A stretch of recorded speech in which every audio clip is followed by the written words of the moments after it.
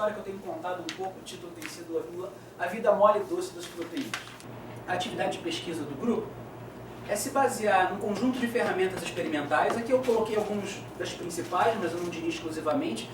Isso a gente não faz ainda, a gente usa esses dados, o termo que eu aprendi, vi algumas pessoas usando, a gente parasita um pouco a literatura de alguns desses dados e aplica uma série de ferramentas computacionais, eu botei de forma genérica intencionalmente, tentando chegar num determinado objetivo, esclarecer um determinado fenômeno. Uma integração de metodologias das mais variadas. Eu quero gerar um modelo mais próximo da realidade, eu não quero simplificar ele.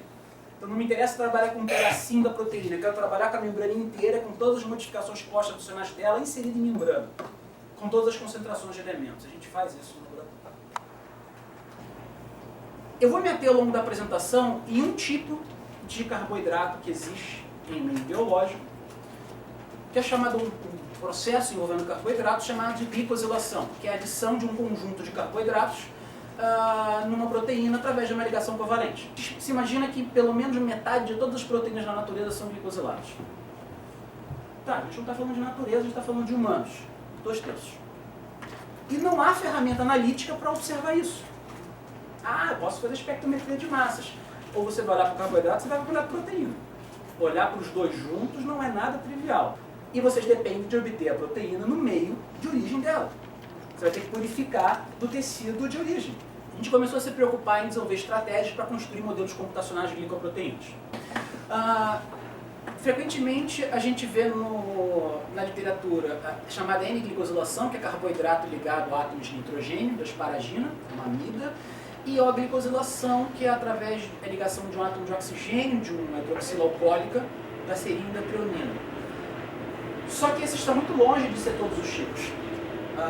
O Amber Glycan tem parâmetro para esses dois. O que nós fizemos foram parâmetros para todos os tipos conhecidos até hoje.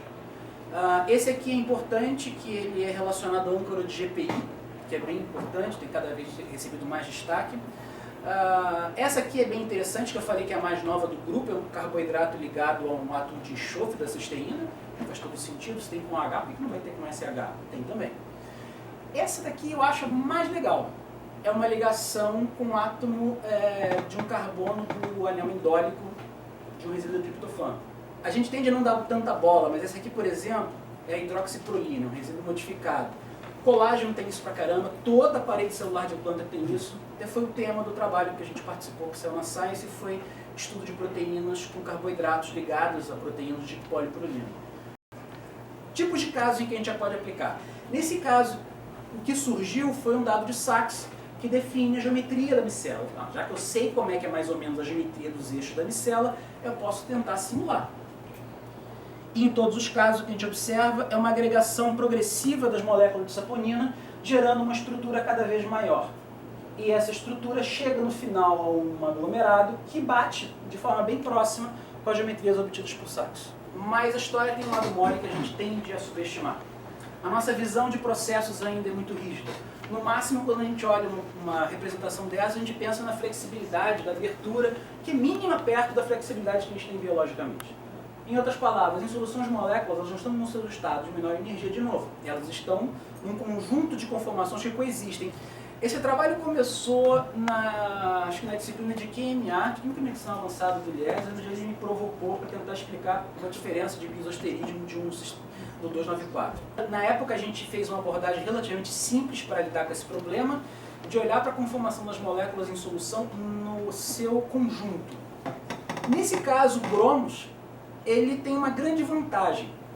O Gromos todo é desenvolvido baseado em dados em solução. A minha expectativa com isso, até o final do ano a gente deve publicar o primeiro com anéis aromáticos, é de oferecer uma visão do próprio biisosterismo e da relação estruturatividade considerando o solvente. Com isso a gente pode ver como ela está em solução, como ela está complexada e ter uma noção da diferença, inclusive de entropia dos dois estados. Então está migrando bastante para isso, espero da próxima vez ter alguns exemplos sobre isso, por isso que a gente já está chamando de Gromos SM, de Small Molecules. A ideia é pegar o campo de força europeu baseado em solução e levar ele para drug design.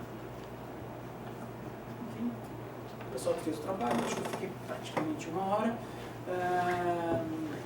Alguns colaboradores de alguns trabalhos que eu mostrei. O Roberto é um cara fantástico que passou muito tempo no exterior no grupo que desenvolve o Gromos. Eu acho que é o único desenvolvedor oficial do Gromos fora da Europa. É especialista em algumas doenças, algumas outras coisas, segue. Aquela coisa às vezes básica e secundária, dá um trabalho interessante que explica algumas coisas muito bacanas. Então nessa a gente ajuda a ciência a ir avançando. Se tiver alguma dúvida, a gente está à disposição. Obrigado.